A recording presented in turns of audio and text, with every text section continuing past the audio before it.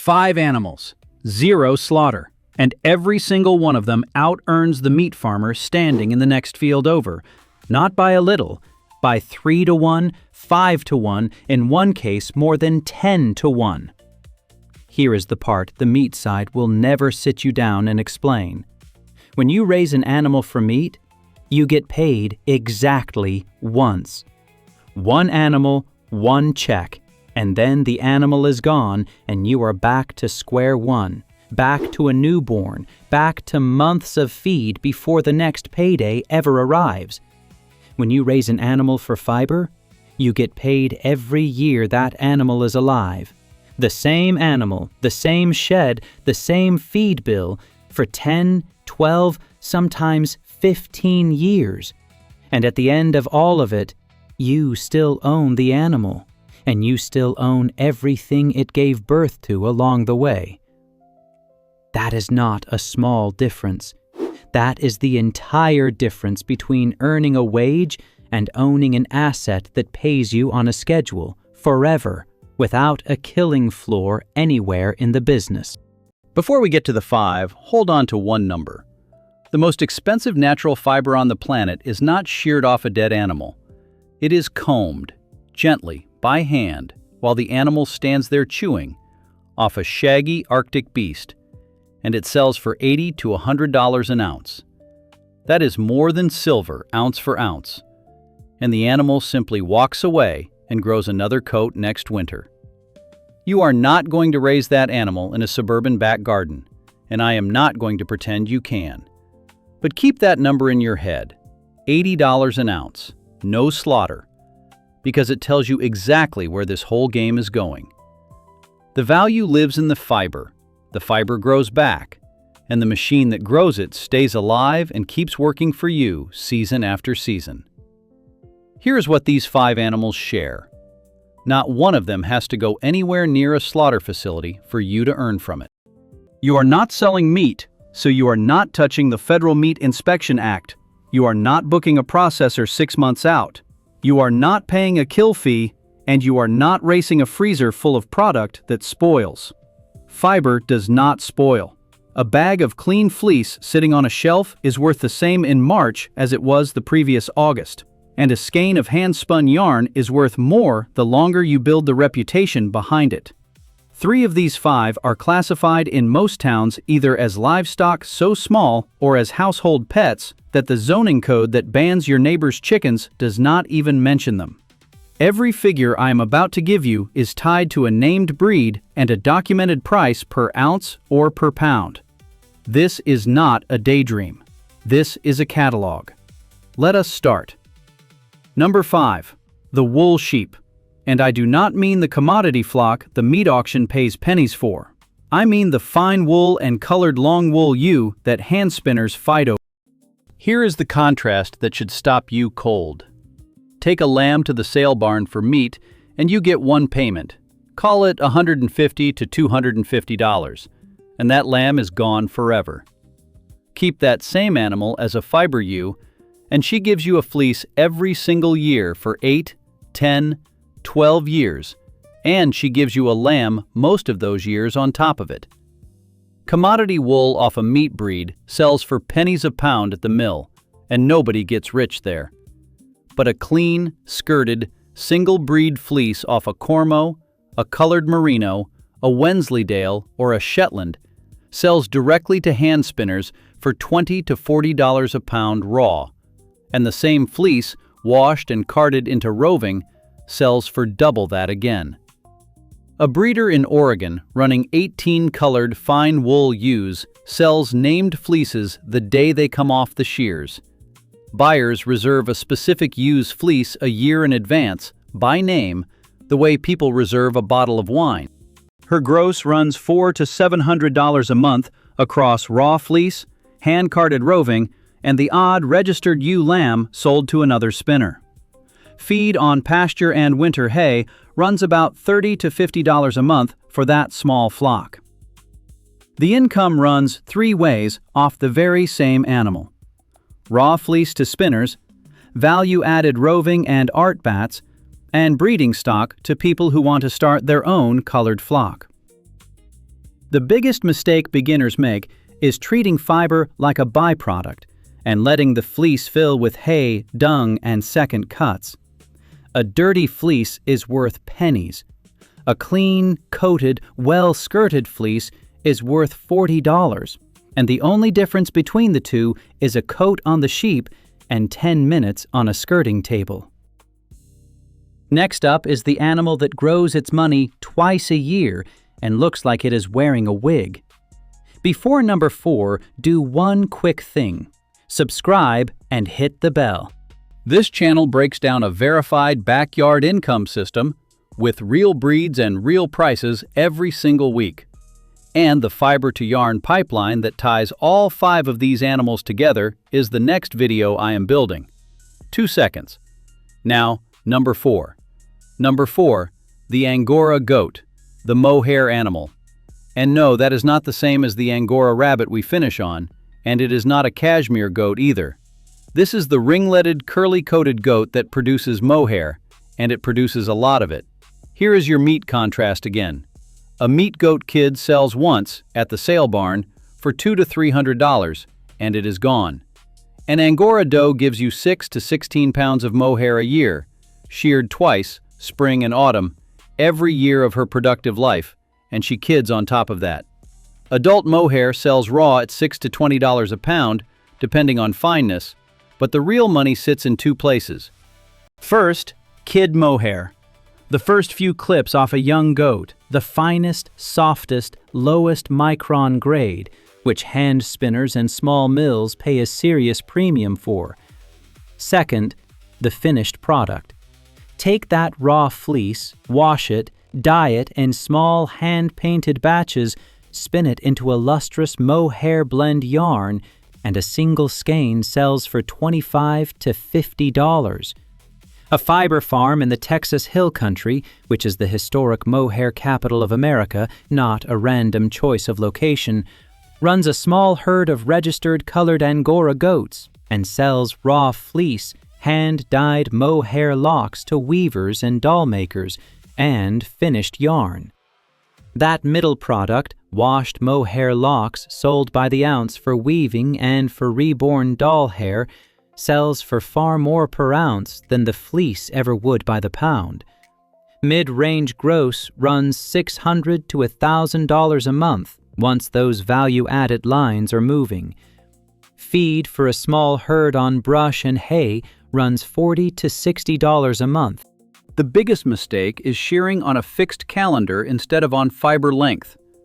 Mohair has to come off before it felts on the animal and before kidding, and a coat that mats on the goat is a total loss you cannot recover. Quick pause. Let us total what we have so far. Sheep, $400 to $700 a month. Angora goats, $600 to $1,000 a month. And both of those numbers come off animals that never once see a slaughterhouse and keep producing every year. If that math is landing differently than the meat farming advice you have heard your whole life, hit the like button right now. It takes 1 second, it costs you nothing, and it puts this in front of the next person who is tired of raising an animal just to kill it. Now, the goat that gives you the single most expensive fiber you can realistically comb at home, 4 ounces at a time. Number 3, the cashmere goat. This one breaks people's brains because the numbers look backwards until you understand them. A cashmere goat does not give you pounds of fiber, it gives you ounces. 4 to 8 ounces of pure, de-haired cashmere per goat per year, combed out of the soft undercoat by hand during the spring molt. 4 ounces. That sounds like nothing, until you learn that clean, de-haired cashmere sells for $150 to $300 a pound, and the value packed into that tiny cloud of down is the whole reason a cashmere jumper in a shop costs what a whole lamb costs. Here is the meat contrast, and it is brutal for the meat side. A meat goat is one payment and gone. A cashmere goat is combed every single spring, no shearing even required. You comb the molting undercoat out with a simple dog rake while the goat stands there chewing. For a decade. And any cashmere goat is also a meat goat you never had to kill, and a breeder you can sell kids from. Cashmere is really a fiber type, not a single breed. produced by specific goats bred for undercoat density and low micron count.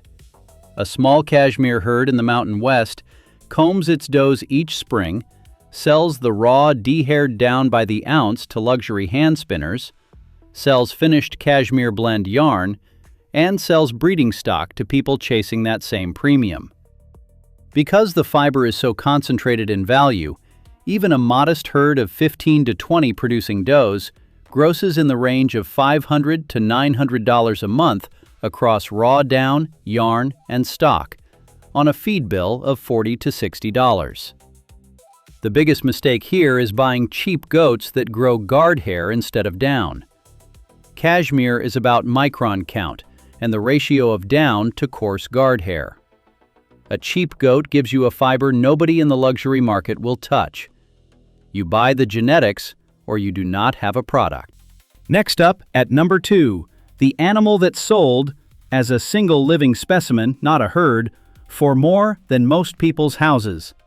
Number 2, the alpaca. This is the one people rewind for. A single elite stud alpaca, one animal, alive, still producing, has sold at auction for 6 figures, and champion breeding females have changed hands for tens of thousands of dollars each. Not the farm, one animal. And here is why that even makes sense. An alpaca is never slaughtered in this system. It lives 15 to 20 years, it produces a fleece every single year of that life, and it produces cria, baby alpacas, that carry the genetics forward. You are not selling a carcass. You are selling a renewable, self-replicating, fiber-producing asset that appreciates as its show record and bloodline build.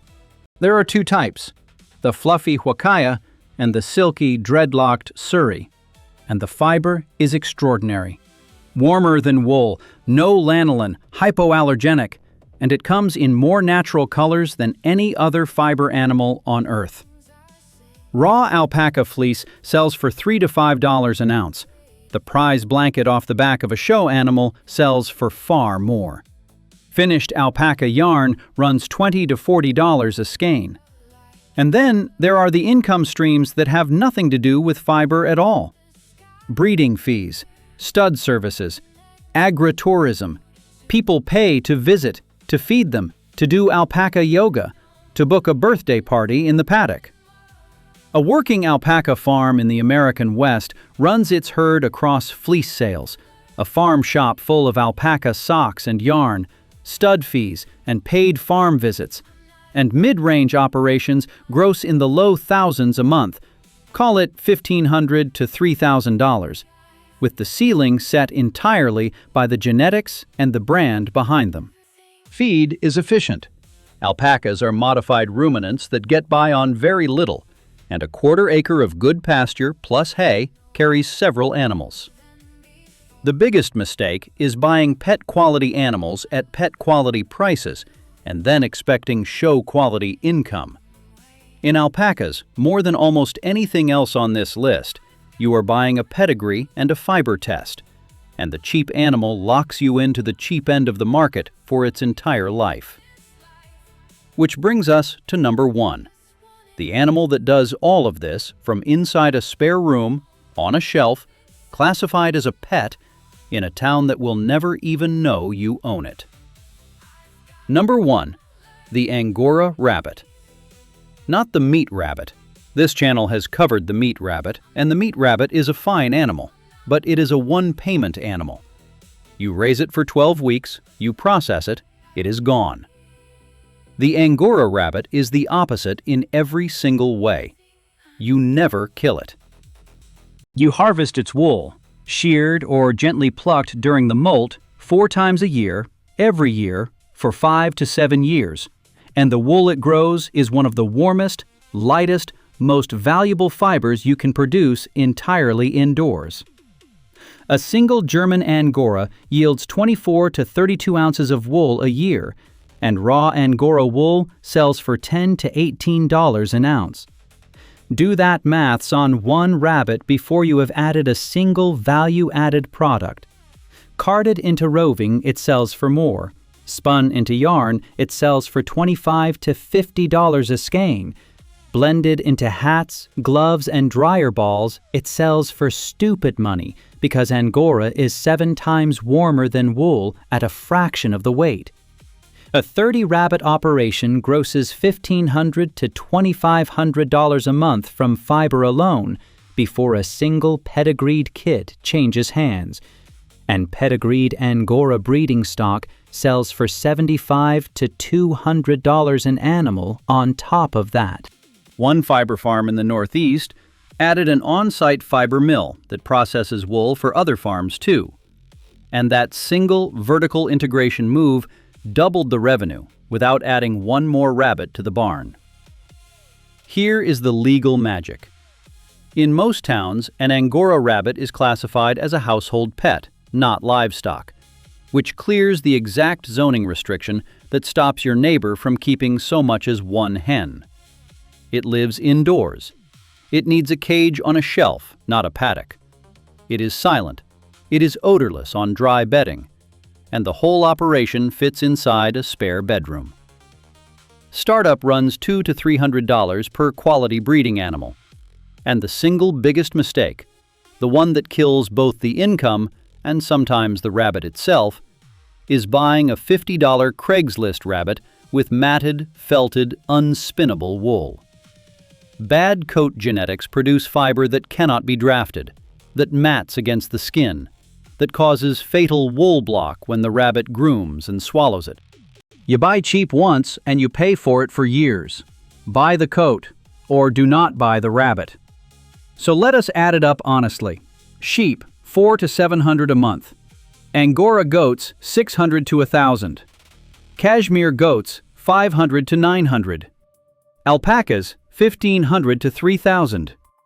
Angora rabbits, $1,500 to $2,500. 5 animals, combined mid-range gross somewhere between $4,500 and $8,200 a month. And here is the line that should stick with you long after this video ends. Not one of them ever went to slaughter. Every one of those animals is still alive, still standing in the shed, still growing next year's check on its own back. Try to build that same number out of a meat operation, and you would be processing dozens of animals every month, booking processors, chasing inspection, and starting over from newborns on every single cycle.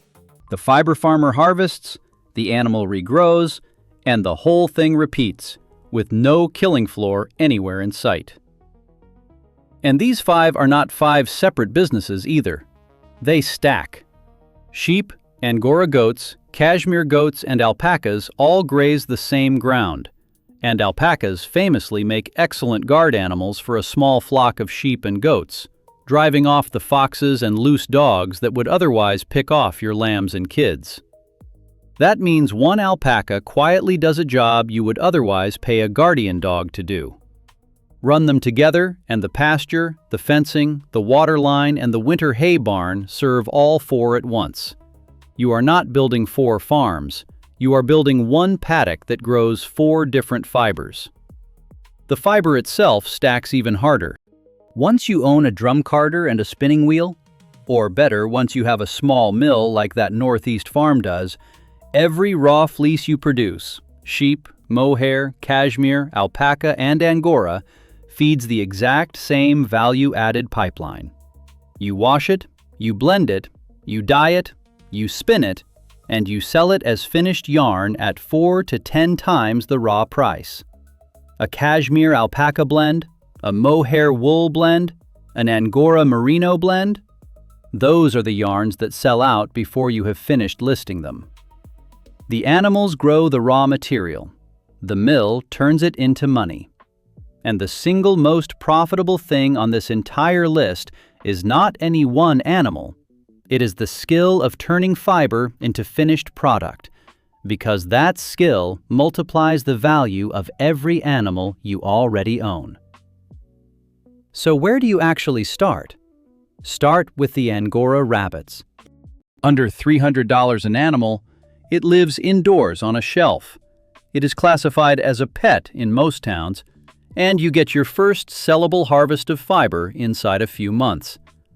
It teaches you the fiber side, washing, carding, listing, finding buyers on the smallest, cheapest, most forgiving animal on the list.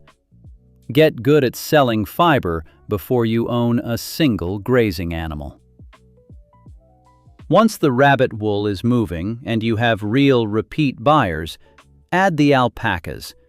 They carry the highest ceiling, they double as guard animals, and they anchor the whole outdoor herd.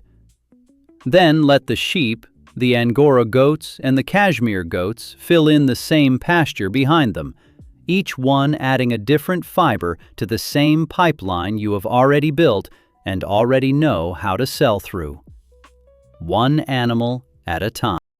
Learn to sell the fiber before you scale the flock, because the bottleneck in this business is never the animals.